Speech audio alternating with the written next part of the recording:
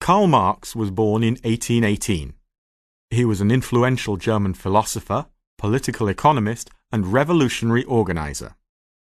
While Marx was a student at university in Berlin, university authorities were expelling students for holding revolutionary ideas that were challenging to the rulers of that time. As a result, Marx decided he no longer wanted to aim for an academic career and became a political activist instead. He moved to Paris in 1843 and began writing papers to promote democracy and to end poverty. He wrote a paper which was so revolutionary, so challenging to the established political order, that it had to be smuggled back into Germany. Marx pointed out that throughout history the haves and have-nots, that is, the rich and the poor, had fought each other for control of resources such as food, shelter, and money. He stressed that, over time, the rich had won this battle. Factory owners, bankers, and so on had become rich by exploiting, using the industrial workers.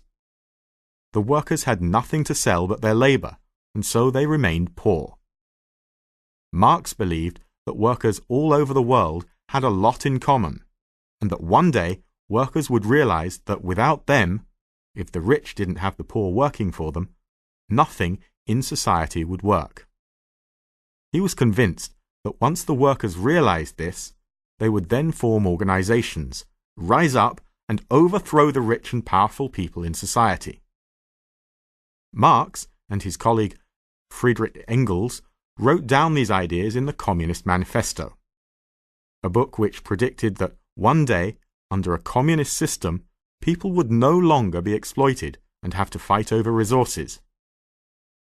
Almost immediately after this work was completed, revolution broke out in Europe. The uprisings were brutally suppressed by the rulers across Europe, and Marx had to escape to London, where he remained in exile for the rest of his life. After the revolutionary wave of 1848 subsided, Marx turned his attention to writing a detailed analysis of what was wrong with capitalism, the system that, in his opinion, created such an unfair distribution of resources and consequent uprisings.